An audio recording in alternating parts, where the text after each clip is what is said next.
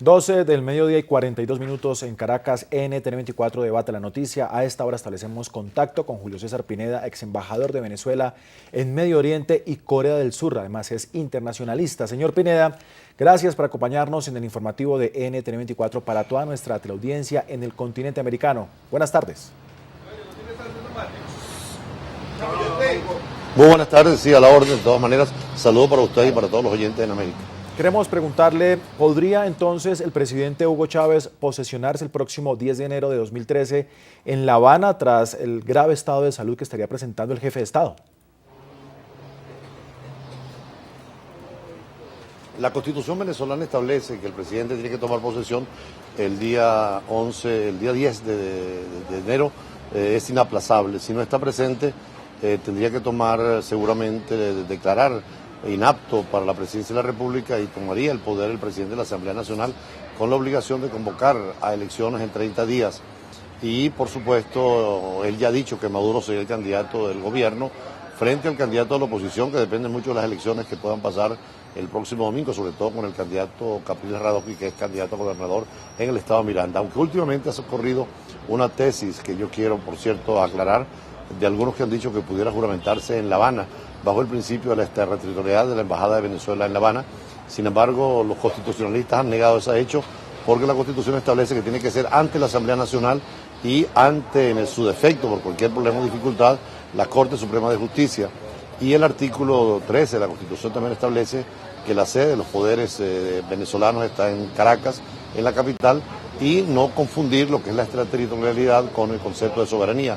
Es en el territorio nacional. Así que el presidente, si no se presenta el 10, seguramente habrá las elecciones convocables en 30 días y el presidente de la Asamblea Nacional tomará el Ejecutivo, porque ya Maduro no podrá ser como vicepresidente, empeñar o tener la presidencia de la República. Entonces, señor Pineda, para dejar sumamente claro esto, el próximo 10 de enero el presidente no podría, en un eventual caso de no recuperarse de esta operación, no podría posesionarse desde la Embajada venezolana en Cuba, como se ha mencionado, cobijado por una convención de Viena de 1961.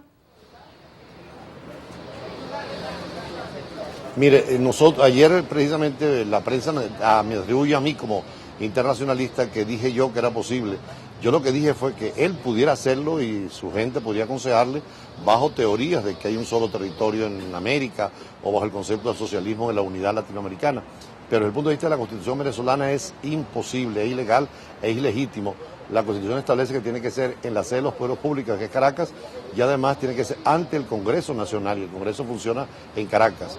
Así que es negada esa posibilidad, aun cuando desde el punto de vista de hecho pueda hacerla, desde el punto de vista legal, constitucional, sería un acto inconstitucional y no válido.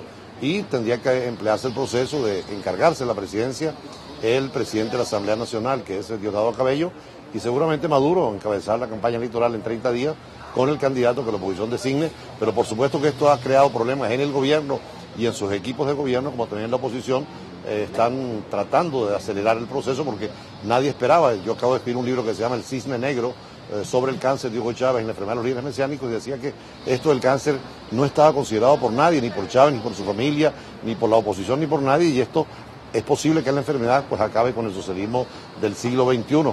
Como en una oportunidad, refiero en el libro, con Napoleón, un ataque de hemorroides hizo que perdiera el imperio en la batalla de Waterloo.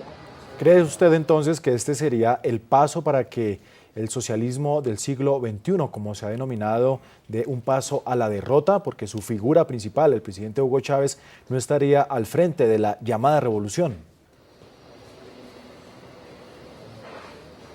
Claro que en regímenes autoritarios como el del presidente Chávez hay muchísimo poder concentrado en el presidente de la República y no cuidó tener segundos líderes como cuando ocurre en los partidos tradicionales.